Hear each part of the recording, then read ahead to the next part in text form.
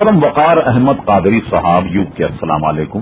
یاد فرمانے کا شکریہ. آپ کے سوال موصول ہے، جواب حاضر ہے. پہلی بات تو آپ نے ہم سے یہ پوچھی کہ طاہر القادری صاحب کے خلاف فتویٰ کن مفتی نے دیا ہے، کیا یہ فتاوے مل سکتے ہیں؟ دیکھیے، اس فتوے کی کتاب کا نام ہے وقار الفتاوی. مفتی وقار الدین صاحب رحمت اللہ تعالی علیہ نے طاہر القادری صاحب کی بعض عبارتوں پر سخت فتویٰ دیا ہے. وقار الفتاوی میں آپ ملاحظہ فرما سکتے.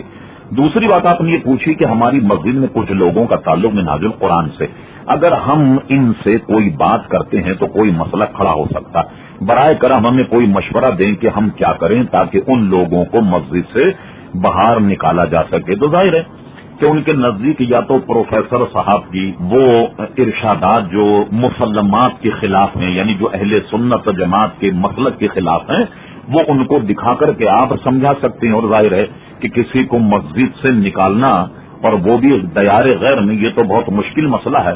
ہماری رائے تو یہ ہے کہ بس آپ اپنے ایمان کی حفاظت کیجئے کہ اللہ تبارک و تعالی آپ کو مسلک اہل سنت پر استقامت عطا فرمائے.